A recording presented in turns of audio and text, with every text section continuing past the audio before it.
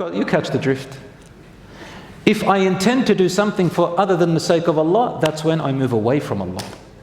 But so long as you're a believer and you want Allah to accept your deeds, khalas, anything you do in the day. Look, I'll tell you something. Wake up in the morning and say a little dua. I'll make it easy for you. Say, oh Allah, I ask you for the goodness of this day, and I ask you to protect me from any evil of this day.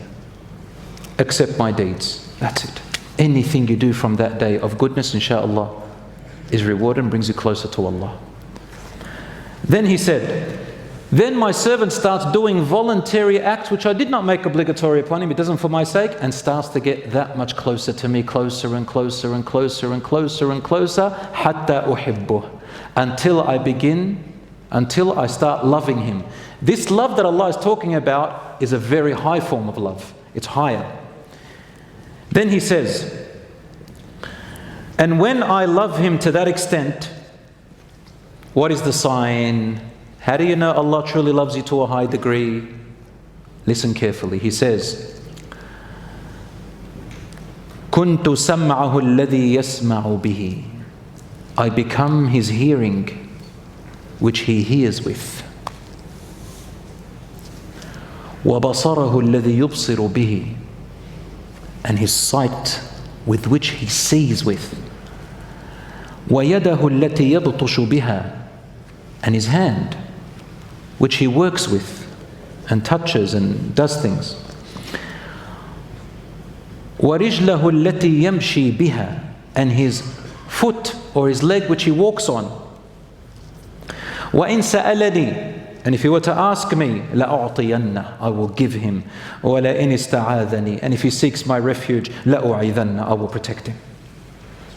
What does it mean that he becomes your hearing and your sight and your hand and your foot? This is metaphorical, not literal, of course. I become his hearing, meaning suddenly you reach a level where you yourself will love listening to things that Allah loves. And you yourself will find automatically that for some reason you start to dislike listening to the old things that Allah dislikes and hates. It doesn't matter what it is. Allah dislikes it. Suddenly you love listening to the Quran. Before you didn't. Suddenly you love listening to Islamic reminders. You even go to sleep on them. It makes you calm. That's a sign that there is something happening. Suddenly you love listening to advice of that person you used to run away from when they told you, it's salat time, brother. Sister, the covering. Sister, the salat. Brother, the words that you're saying. Suddenly their words are like honey to you. You no longer take offense from them. Suddenly you like to listen to things that get you closer to Allah, that remind you of goodness. And then you hate listening to gossip. You hate listening to backbiting. You hate listening to swear words. You hate listening to abuse. You hate listening to just wasteful talk. You hate listening to, for example, filthy music and dirty pop music and things like that that tell you to do all sorts of things. Isn't that correct? We know the pop world, don't we? What's the pop music? You tell a common person, hey bro, they say, is it halal to listen to music? If I said yes, what are they going to listen to? Beethoven or whatever his name is. The old singers, Kulthum and Fairuz, they're old school, the Arabic ones. No one even listens to Michael Jackson anymore. That's old school. Now they want the big stuff. The stuff that teaches really, really, really, really bad morals. I don't even want to get into that area. But the point is, brothers and sisters, you find your ears starting to listen to the things that bring you closer to Allah, and they start to listen to the things that displease Allah. What about your eyes? Your eyes enjoy looking at the things that Allah loves and begin to hate looking at things or find pain. And the regret hits you a lot when you look at haram things. On the internet, on the TV, in a book. Of course, we don't live on another planet, so I know that there are haram things around us. We're not asked to be super Muslims.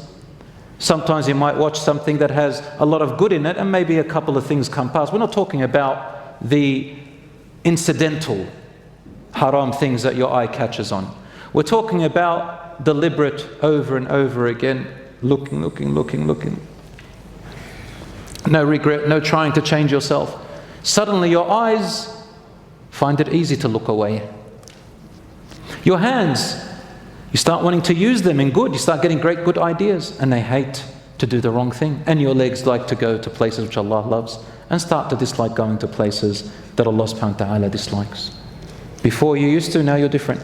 This, my brothers and sisters, is a sign that Allah subhanahu wa ta'ala loves you, you're at a level of a height of extreme love, or you're starting on the way, inshaAllah. In another hadith, the Prophet ﷺ said, if Allah loves His servant, He calls out to Jibreel, Gabriel, the angel, Jibreel alayhi salam, "O Jibreel, I love so-and-so." And then Jibreel goes to the other angels and says, Allah loves so-and-so. So the angels start to love that person because of Allah's love. So Jibreel loves him. And the trillions, astronomical numbers of angels that fill the entire universe love that person too. And they all say, Allah loves so-and-so. We love him too. فَيُحِبُّهُ أَهْلُ السَّمَاءِ. All the people of the heavens, or the angels of the heavens, love him. ثُمَّ يُوضَعُ لَهُ الْقَبُولُ فِي الْأَرْضِ. And then on earth, you find that the person finds acceptance. People lean towards that person. They find a likeness to that person. Who finds a likeness to that person? Not the evil people. The people who are also righteous. They never recognized him or her before, but now suddenly, subhanallah, they catch their eye. Suddenly you find yourself, subhanallah, I don't know, I'm being steered towards different people who I used to have before. Before, all I met was this person, that, but this person who just talks about rubbish, and this person talks about girls, and this person talks about boys, and this person talks about just money all day. This person talks about drugs. This person talks about the, I don't know what world, and this person talks about... And then suddenly, I've been meeting people who have a different language. They're talking about the hereafter. They're talking about Allah. They're talking about the real purpose of life, the real meaning that I'm with. Where did these people come out from? And these people lean towards you. And they find a likeness to you. This means, inshaAllah, something is good about you. And then if you are in a particular, let's say, expertise, let's say you started a type of project which is good. Let's say you're in da'wah, or you're teaching Quran, or you're teaching a skill for the benefit of Allah, to benefit the Muslims and to make them stronger. And you're doing it for the sake of Allah, and then you find that people are following you. They're coming towards you. They're learning from you. They like you. This is also a sign of Allah's love to you. So, depending on the level, sometimes a person, wallahi, never talks about their good deeds. You might not talk anything. Nobody knows how much charity you give. Nobody knows how good you are at home. Nobody knows what you do in the secret. You've never told anyone. But somehow, Allah makes it exposed. Allah makes your good work become exposed even if you try to hide it. Why? Allah likes you to shine. Allah likes you to shine. So long as you are not the person who wanted to go and show off, Allah makes you shine. The Prophet ﷺ said, "Man tawada'a lillahi rafa'ah." Whoever humbles themselves for the sake of Allah, meaning, if I do this good work, I'm doing it for the sake of Allah. Allah will raise that person. And I'll give you a kind of a practical approach from a non-Islamic perspective. It also fits in line with whoever humbles themselves, Allah will raise them. How? If we put Islam aside for a minute and look at it from a practical approach. The experts say that of self-development, if you appear deliberately below your actual reality, when people find out about you, they're more likely to be more impressed when they know your reality.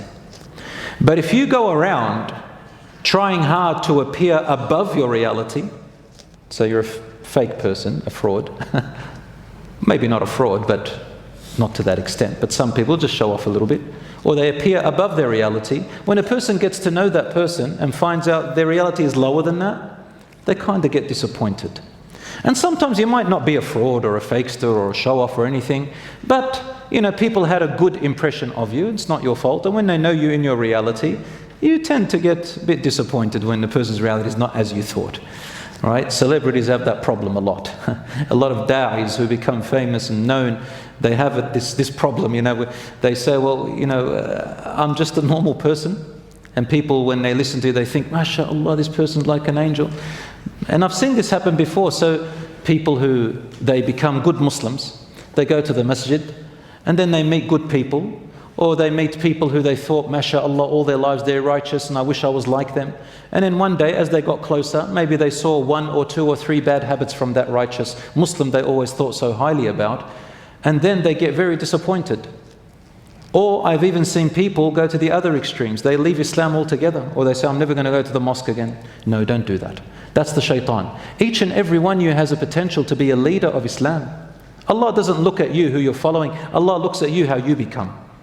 But when you thought so highly about someone, and then suddenly it doesn't appear exactly as they were, you kind of get a little bit of disappointment, right?